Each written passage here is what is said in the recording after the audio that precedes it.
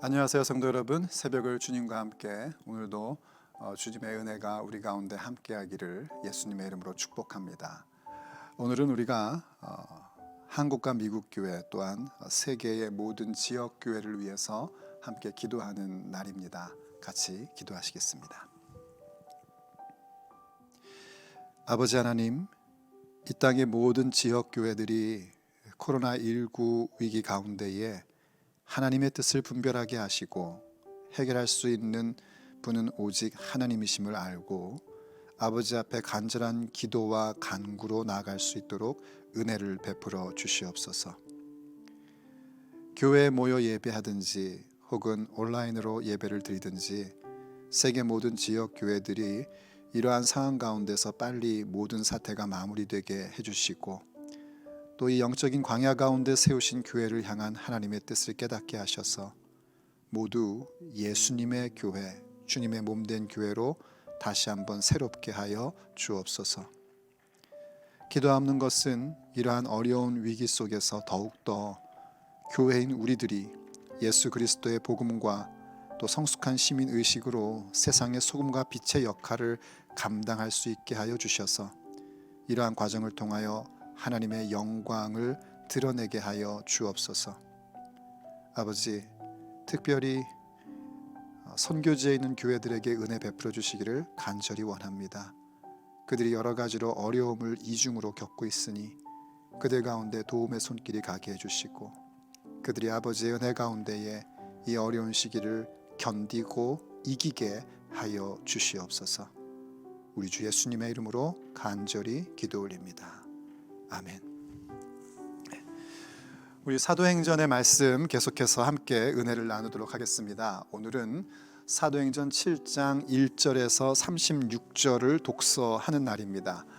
이 말씀을 듣고 여러분들이 개인적으로 꼭 7장 1절로 36절을 꼼꼼히 읽어보시기를 바랍니다. 우리 함께 읽을 말씀은요 1, 2, 3절만 제가 읽겠습니다. 대제사장이 이르되 이것이 사실이냐? 스데반이 이르되 여러분 부형들이여 들으소서. 우리 조상 아브라함이 하란에 있기 전 메소포타미아에 있을 때에 영광의 하나님이 그에게 보여 이르시되 내 고향과 친척을 떠나 내가 내게 보일 땅으로 가라 하시니. 오늘 이 사도행전 7장 말씀은요 스데반의 설교와 그리고 순교에 대한 내용입니다. 오늘은 그 가운데 36절까지 스데반의 설교의 내용을 중심으로 우리가 함께 말씀을 묵상하고자 합니다.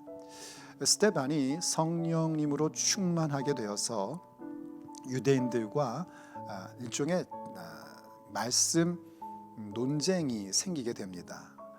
스데반은 성령에 충만한 사람으로서 하나님이 주신 지혜로 말하니 이 유대인들이 도대체 이 스데반을 이길 수가 없었습니다.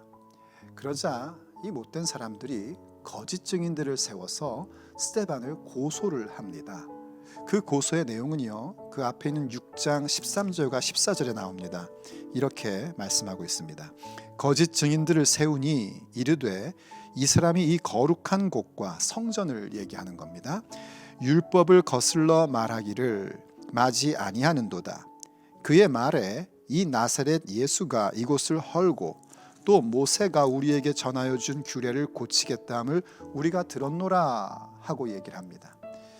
이들이 스데반을 고소한 내용을 요약하자면 율법과 성전을 거슬렸고 그리고 모세와 규례를 부정했다라는 얘기입니다. 성전, 율법과 규례 그리고 모세에 대한 부분이었습니다. 유대인에게서 성전의 개념은 하나님이 계신 곳을 의미합니다. 그리고 규례, 율법 이러한 부분들은 그것을 지켜야 자기들이 하나님의 자녀, 다른 말로 하자면 구원받을 수 있다라고 생각했던 것들이고요. 모세는 자신들의 스승이다, 자기들은 모세의 제자다라고 주장을 했었습니다. 이러한 형태의 모습은요 원래 하나님께서 주셨던 신앙의 모습은 아니었습니다. 오히려 그들의 중심 가운데 하나님을 사랑하는 마음, 하나님과의 언약적 관계는 다 무너지고 그야말로 겉만 남아있는, 껍데기만 남아있는 모습이었습니다. 그러한 모습들은 그야말로 종교적 신앙으로 전락한 상태였습니다. 종교적 신앙이라는 것은 항상 신념의 신앙으로 갑니다. 그리고 그 신념이라는 것은 그때 그 신념이라는 것은 그 사람의 완고함으로 가게끔 되어 있고 그 완고한 자들은 하나님의 말씀을 받을 수가 없습니다. 반면에 스데반은 어떤 사람이었는가? 초대교회의 7명의 리더십으로 선출된 사람으로서 성령과 지혜로 충만한 사람이었습니다.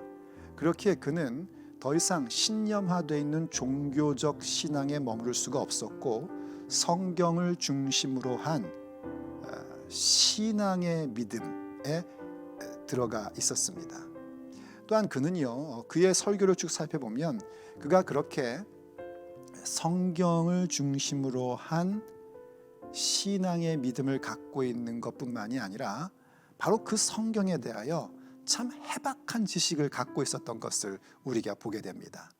그리고 그 해박한 지식은 단순히 지식만이 아니라 성령으로 충만한 자가 되어 성령의 감동을 따라 그 말씀을 해석할 줄 알고 설교할 줄 아는 참 귀한 모습을 우리에게 보여줍니다.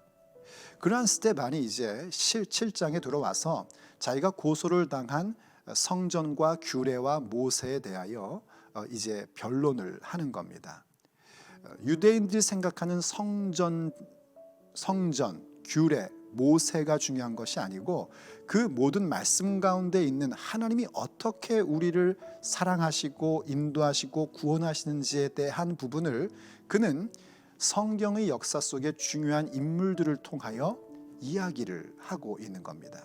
이를테면 아브라함, 요셉, 그리고 모세, 다윗, 솔로몬 그들을 중심으로 해서 그는 하나님께서 어떻게 우리를 구원하시는지에 대한 부분들을 얘기하고 결국은 바로 그 모든 구원의 완성, 그 구원을 이루시는 분이 바로 예수님이시라는 사실을 명확하게 설교를 합니다.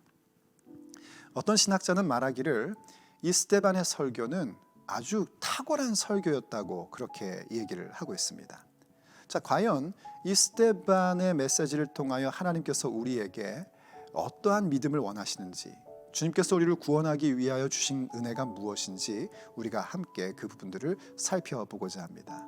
자, 첫째로는요, 그것은 아브라함을 통하여 얘기하는 내용인데 하나님은 성전에 갇혀 계신 분이 아니라 우리의 모든 일상 속에서도 약속의 말씀을 주시고 그 약속의 말씀에 대하여 결단하기를 원하시는 분이라는 겁니다.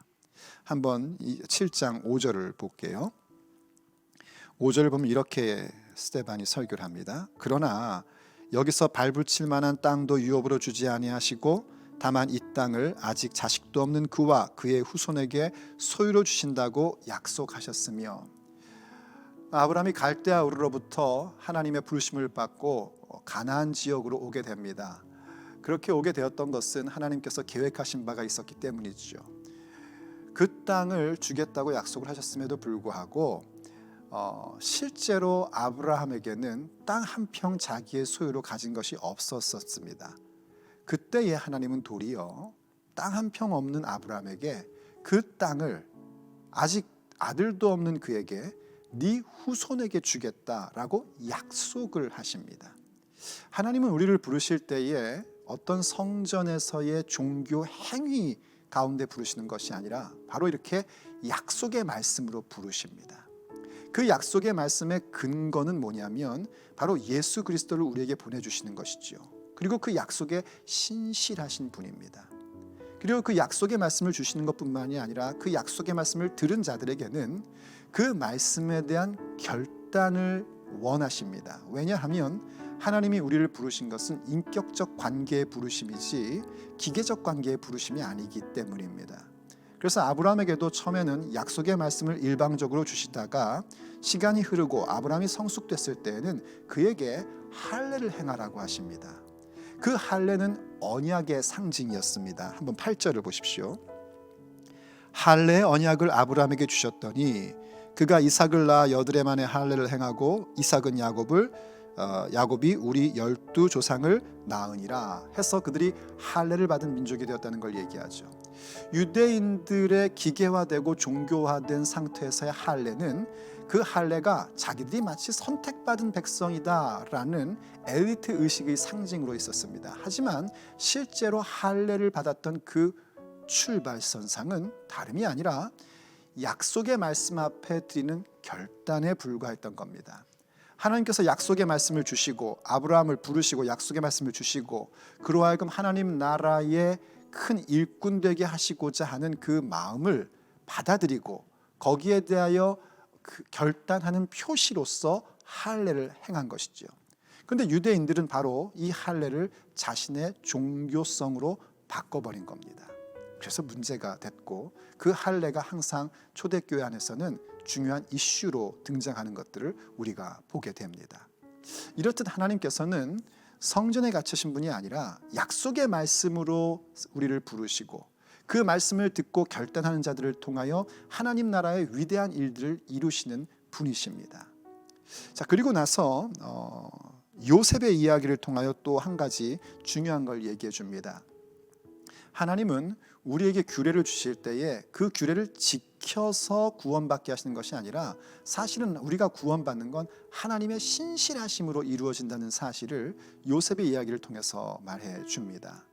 9절과 10절을 보면 이렇게 얘기합니다. 여러 조상이 요셉을 시기하여 애굽에 팔았더니 하나님이 그와 함께 계셔 그 모든 환난에서 건져내사 애굽 왕 바로 앞에서 은총과 지혜를 주심에 바로가 그를 애굽과 자기 온 집의 통치자로 세웠느니라 하고 말씀해 줍니다. 창세기의 기사를 보면 요셉이 어떻게 애굽의 종으로 팔려갔는지 우리가 압니다. 형들의 시기심으로 또 형들의 배반으로 그는 종으로 팔렸죠. 참 안타까운 일입니다. 그리고 분명히 그거는 범죄의 현장이었습니다. 그러나 역사를 주관하시는 하나님께서 이러한 일들조차 선으로 바꾸셔서 하나님 나라를 이루어가는 데에 필요한 그 백성들을 구원하시고 그 백성뿐만이 아니라 많은 사람을 구원케 하시려는 그 섭리를 성취하십니다. 요셉은 그 사실을 알았고 깨달았었습니다. 그래서 여기서 중요한 건 뭐냐면 바로 하나님의 성실하심입니다. 형들에게 노예로 팔렸을 때 요셉의 마음을 한번 상상해 보십시오. 얼마나 절망적이겠습니까? 얼마나 낙심되었겠습니까? 하지만 그 절망이라고 느끼고 낙심될 수밖에 없는 상황에서도 여전히 우리 하나님 아버지는 일하고 계셨습니다. 그분의 나라와 그분의 백성을 위해서 여전히 일하시는 하나님의 성실하심을 우린 요셉의 인생에서 보게 됩니다. 바로 그렇게 하나님은 하나님의 성실하심으로 우리의 구원을 이루어 가십니다. 보십시오. 약속의 말씀을 통하여 그리고 우리에게 요구하신 할례의 언약, 곧 우리의 결단을 받으시고 그 가운데 하나님의 성실하심을 우리에게 나타내 주십니다. 비록 인생에서 예상치 못한 어려움과 괴로운 일과 배반과 슬픈 일을 만난다 할지라도 하나님은 여전히 일하고 계신다는 사실을 말씀해 주고 있습니다. 스데반은 그 사실을 바로 이렇게 아브라함 그리고 요셉의 이야기를 통해서 설명을 해줍니다. 그리고 나서 모세의 이야기를 통하여 또 하나의 중요한 메시지를 줍니다. 그것은 하나님의 성실하심을 따라갈 때에 하나님의 부르심, 하나님의 사역들을 이루어 갈 때에 그건 사람의 열심으로 되는 것이 아니라 하나님의 부르심의 은혜로만 이루어진다는 사실을 또한 설명해 줍니다. 모세 이야기에서 중요하게 여겼던 것이 뭐냐면 모세가 장성하여 40세가 되었을 때에 형제들을 위해서 한번 구원해 보겠노라고 분연히 일어섰으나 실패했던 이야기, 그리고 40년 후에 다시 모세를 부르시는 이야기를 우리에게 전해주고 있습니다. 모세는 자기의 열심으로 하나님 백성을 한번 이집트의 그 학대 아래에서 그 노예 생활에서 건져보겠다고 일어났었습니다. 그러나 그것은 하나님의 방법이 아니었습니다. 40년을 미디안 광야에서 시간을 보내고 이제 모든 힘이 다 빠졌을 때에 하나님은 모세를 부르십니다. 모세는 그때에 하나님이 부르실 때 그것을 따라갈 생각을 하지 않았습니다. 나이도 많이 먹었고 지쳤고 자기가 무엇이간데 그런 일을 할 수 있나 생각을 했던 거죠. 더군다나 자기를 부르는 그 하나님이 아브라함의 하나님, 이삭의 하나님, 야곱의 하나님이지만 그저 가시떨기에 불붙는 정도의 모습으로 나타나셨기 때문에 자기가 보아왔던 이집트의 어마어마한 그 성전, 어마어마한 그 신전에 있는 신들과 비교해 보면 초라해 보였던 겁니다. 그래서 그렇게 거절을 했습니다. 하지만 하나님의 부르심과 하나님의 성실하심이 이 모세로 하여금 모세 되게 하셨습니다. 그래서 급기야 그 모세는 무엇을 선포하는가? 마지막 그 모든 사역을 마칠 때에 바로 너희들을 위하여, 곧 하나님 백성들을 위하여 나와 같은 선지자를 세워주실 것이다 하고 말씀을 줍니다. 그것은 곧 하나님께서 주신 말씀이기도 합니다. 하나님의 약속의 말씀과 언약과 하나님의 성실하심으로 모세를 부르셔서 당신 백성을 구원하신 그 하나님이 이제 나중에 모세와 같은 선지자, 요약하면 예수님이십니다. 예수님을 보내셔서 거기에서 약속의 말씀의 성취를 주시고 우리에게 새 언약의 완성을 주시고 그리고 더 나아가 하나님의 신실하심을 나타내 보여주심으로 우리의 구원을 이루신다는 겁니다. 그게 하나님의 방법입니다. 종교화된 성전에서 종교 행사를 하고 율법화된 하나의 법규화된 규례를 지킴으로 내가 구원받다고 여기고 구원받는다고 여기고 모세의 의도와는 상관없이 어떤 한 인물을 자기의 스승으로 여기는 것에는 구원이 있을 수 없습니다. 그래서 예수님을 통해서 이 모든 것들이 다 새롭게 되고 회복되어 오직 약속의 말씀과 새 언약과 하나님의 신실하심과 그 부르심으로 말미암아 우리가 구원받을 수 있고 우리 자신이 사람의 손으로 짓지 않은 영원한 성전 된다는 것을 이야기하고 있는 겁니다. 물론 뒤에 이제 다윗과 솔로몬의 얘기도 나옵니다. 다윗은 하나님 앞에 고백하는 하나님 앞에 구했던 것이 그 장막을 다윗의 장막을 만들었었고 하나님은 그 다윗의 장막을 원한다 하셨습니다. 솔로몬은 성전을 만들었습니다. 하지만 솔로몬은 분명히 알고 있었습니다. 그 성전이 하나님을 가둬놓거나 하나님을 종교화하는 것이 아니라 바로 성도들이 하나님 백성들이 이곳에서 기도할 때에 하나님께서 응답해 주십시오 하는 성전의 진정한 기능도 알고 있었던 사람들이죠. 그래서 이 모든 역사를 통하여 결국 예수님께서 오셨고 예수님으로 인하여 우리가 진정한 성전, 예수님의 몸이 진정한 성전이요 곧 몸된 교회인 우리가 진정한 성전임을 그는 설교하고 선포했던 겁니다. 이러한 말씀을 통해서 우리는 오늘 기억해야 합니다. 우리의 믿음이 과연 어떠한 믿음의 형태인가 하는 겁니다. 예배당에 모여서 예배를 드리고 말씀을 듣고 또 주신 말씀을 한번 실천해 보고 이러한 것들은 참 아름다운 모습입니다. 그러나 만약 우리가 모여서 예배하는 것이 하나의 종교가 되어버리고 내가 주의 말씀을 실천하는 것이 내가 구원받는 것에 대한 조건이요 내가 남들보다 더 낫다고 여기는 것으로 치부해 버린다면 우리는 과연 예수님의 제자일까요? 그렇지 않습니다. 오늘 스데반이 그 하나님 성경의 그 모든 이야기들을 쭉 훑으면서 주었던 메시지, 약속의 말씀을 붙잡고 그 말씀에 대한 결단의 언약, 새 언약의 백성이 되고 하나님의 성실하심과 부르심 가운데 복종하며 나아갈 때에 우리는 영원한 하늘의 성전, 새 예루살렘의 모습으로 세워지게 될 것입니다. 오늘도 그 믿음으로 우리가 함께 살아갈 수 있기를 간절히 기도합니다. 기도하시겠습니다.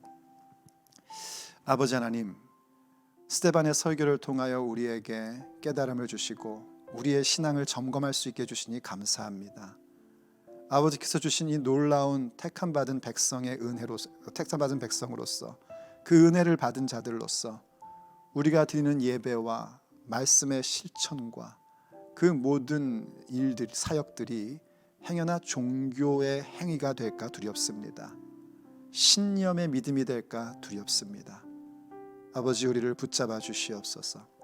우리를 스데반처럼 늘 성령님으로 충만한 자가 되게 해주셔서 말씀의 본질을 알게 해주시옵시고 오직 우리가 약속의 말씀과 새 언약을 따라 하나님의 백성 되었으며 아버지의 성실하심과 아버지의 부르시는 은혜로 오늘 이 자리에 있음을 늘 기억하게 하여 주옵소서. 그래서 우리의 그 모든 모습이 영원한 하늘의 성전된 모습으로 세워지게 해주시옵시고 아버지께서 기뻐하시는 예수님의 몸된 교회의 모습으로 세워질 수 있도록 항상 은혜를 베풀어 주시옵소서. 우리 주 예수님의 이름으로 간절히 기도 올립니다.